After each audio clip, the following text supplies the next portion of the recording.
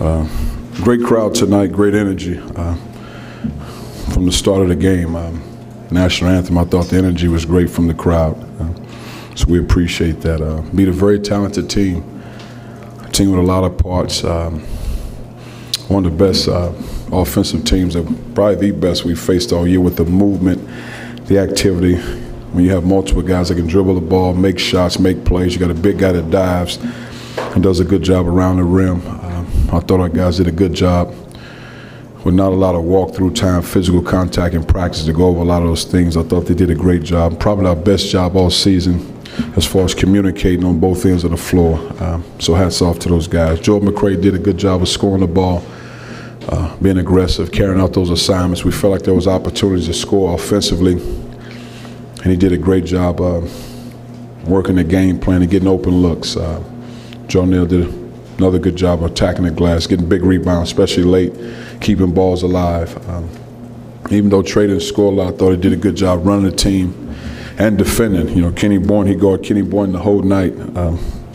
So I thought he did a really good job. And that's just the growth of Trey Golden. Because in the past, if he wasn't scoring, I don't think he would have been as effective. But the way he played defensively, was locked in, and still ran the team. So credit to Trey Golden.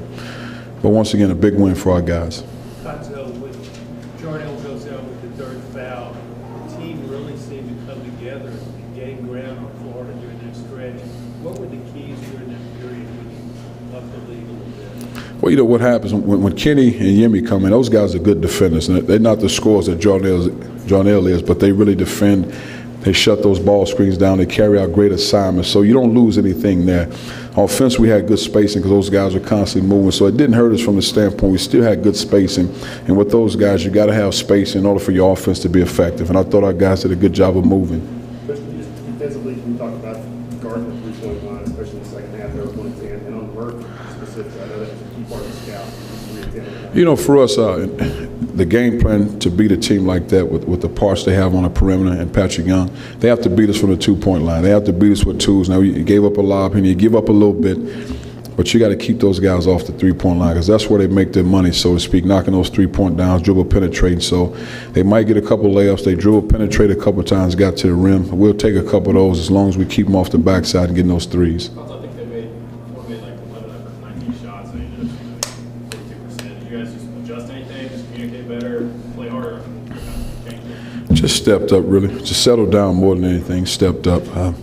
We didn't make any adjustments, really, because we felt like the game plan, well, it had to work, but you got to try to make sure it works. So once those guys settled down, everything worked out. So when you looked, when your team started playing better, you looked at the schedule ahead. Florida, with their record and ranking and all that, was obviously the biggest prize out there. What does it mean to your team to get that prize? Just a big win. You know, he beat a talented team. Billy does a tremendous job coaching his guys. 17 years and been at a high level. Consistent talent, one of the better offensive coaches in the game, probably one of the best defensive teams in the country. So you beat a really talented opponent, but I mean, you should compete against teams in your league. But, a ranked team is a big win for our guys. But you got to be able to compete against teams in your league. Then why are you in the league if you can't?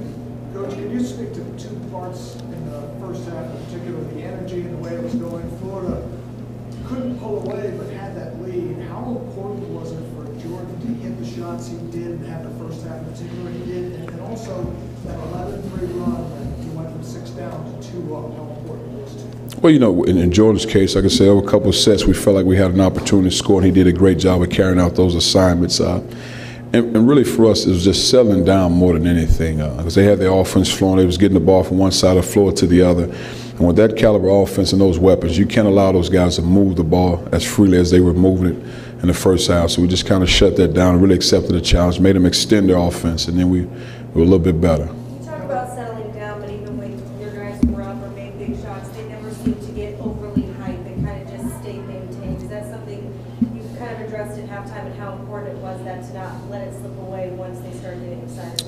Well, for us, once again, one possession at a time. You can't get overexcited about a big shot. I'd rather guys get excited about getting stops. You can't get over emotional in certain situations. You got to be even keeled, but that's easier said than done. But I thought those guys did a good job, really settling down, really defending. and did a good job communicating. So I have to give the credit to those guys with the communication. Coach, I know you've been a little reluctant to talk about the NCAA postseason. What do you think this does for your all's resume? Would you care to project at all about what you feel like you need to do coming down the stretch? We got to celebrate this win tonight and do everything in our power to try to beat a talented Georgia team. You know, that's just the way it is. I mean, I can't go any further with that, as you don't know.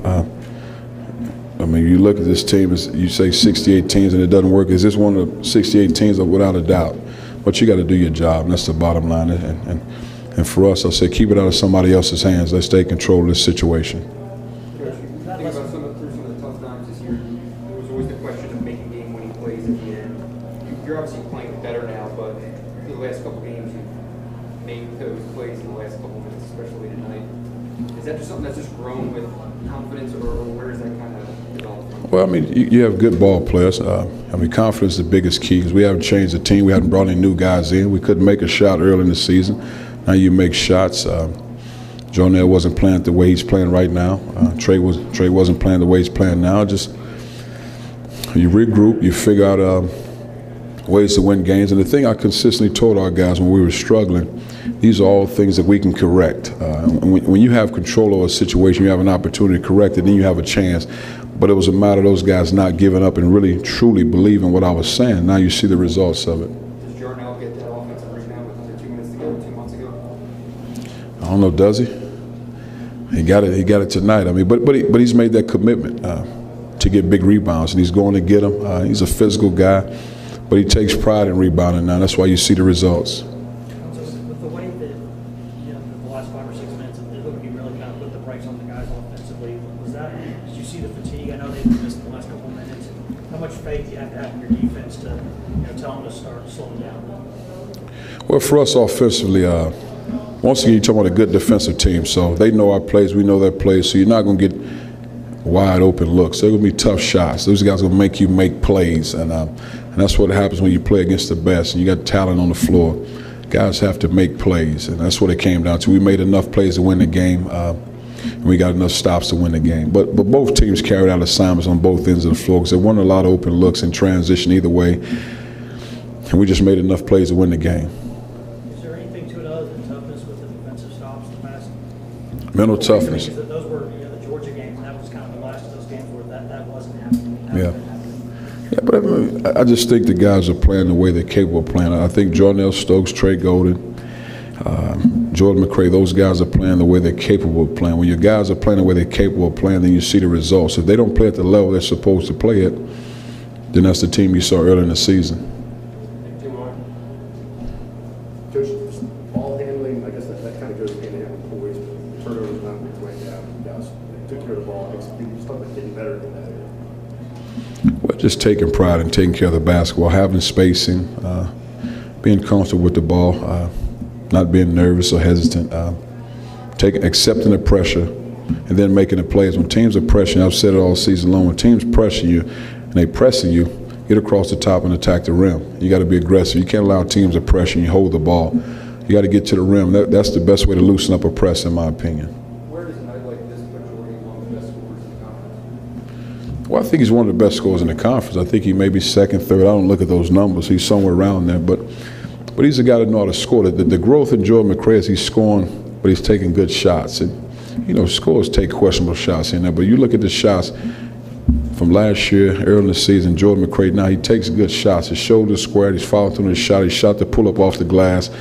But he's taking better shots. I think that's what. But he's a scorer. He's one of the better guys in this league when you're talking about putting the ball in the basket. Thanks, Coach. Thank you.